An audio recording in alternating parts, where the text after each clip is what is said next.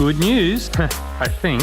The European helmet standard is the most widely used one internationally, and it's just had a major update. I recently discussed this on our adventure riding channel from the perspective of dual sport and adventure riders. But what about dirt riders? And while we discuss this, let's ride with Tyler from the Everride channel. He kindly lent me this footage from the amazing Badlands of Utah. Our helmet standards badly need updating. The American DOT standard is the worst. It's barely changed since 1974. And a recent test showed 42% of DOT helmets weren't even complying with the badly outdated standard. Snell is another USA standard that has come under criticism. Some claim it has been overly influenced by car racing standards, which make the helmets overly stiff and not suiting real-world situations for motorbike riders. Then there's the European standard ECE 22.05, used in more than 50 countries worldwide. Many see this as the best of an antiquated bunch of helmet standards.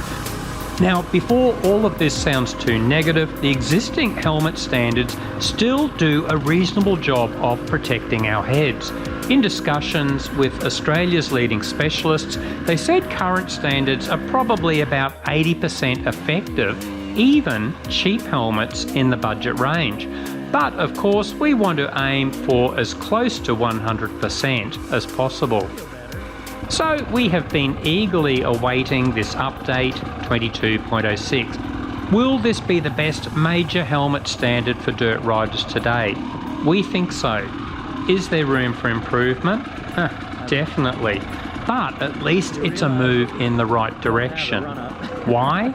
The biggest improvement, in our opinion, helmets will now be tested at low and high impacts. Traditionally, the standards only test helmets at near lethal impacts, around 250 to 300 G-forces. The huge problem here is helmets should also be able to absorb lower impacts, which can still cause serious brain injuries. But the standards have never demanded that.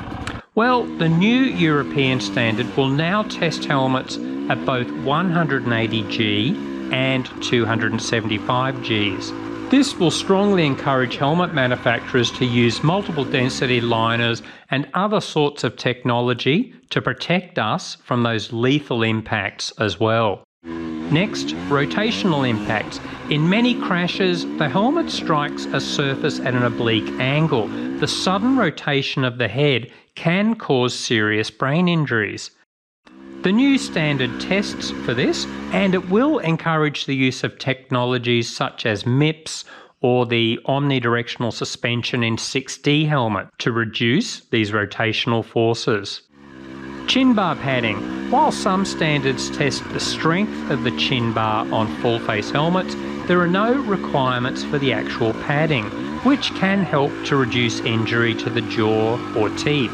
A major study showed it's the most common point of impact for road riders, so why isn't it a major focus for helmet standards? Removable cheek pads. Many manufacturers have started incorporating this. It doesn't cost much extra. In a serious accident, it allows paramedics to take the helmet off much more easily. Sadly, the new standard does not insist on this. Rust-proof brackets. We have been shocked at how brands like Aero, Suomi and Leatt have had strap failures due to rusted brackets breaking, due to inferior materials or crappy anti-rust coatings over cheap steel. We have read all the fine print of the major helmet standards and cannot find anything about corrosion resistance.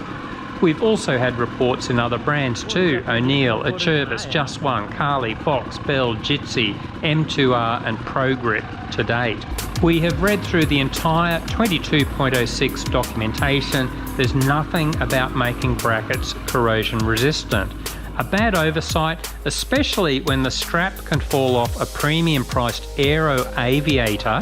Due to rust after 3 years, Aero won't even fix or replace the helmet. The updated standard does feature some nice extras which are geared more towards road and adventure riders. Pause to read. And you can read more about the standard at this URL. Our conclusion, we think the new European standard will arguably be the best of the major standards available for everyday dirt riders. It will be worth looking for helmets with this standard as they become available. It's just a pity it took them 20 years to seriously update the standard. And while it has some shortcomings still, it is definitely a move in the right direction. Final notes, we only looked at the major standards. Remember, there are also others like SHARP and FIM to consider. And if watching this on YouTube, remember to check our pinned first comment for further update. We are always keen to hear the good, the bad and the ugly about helmets. Let us know your experiences in the comments.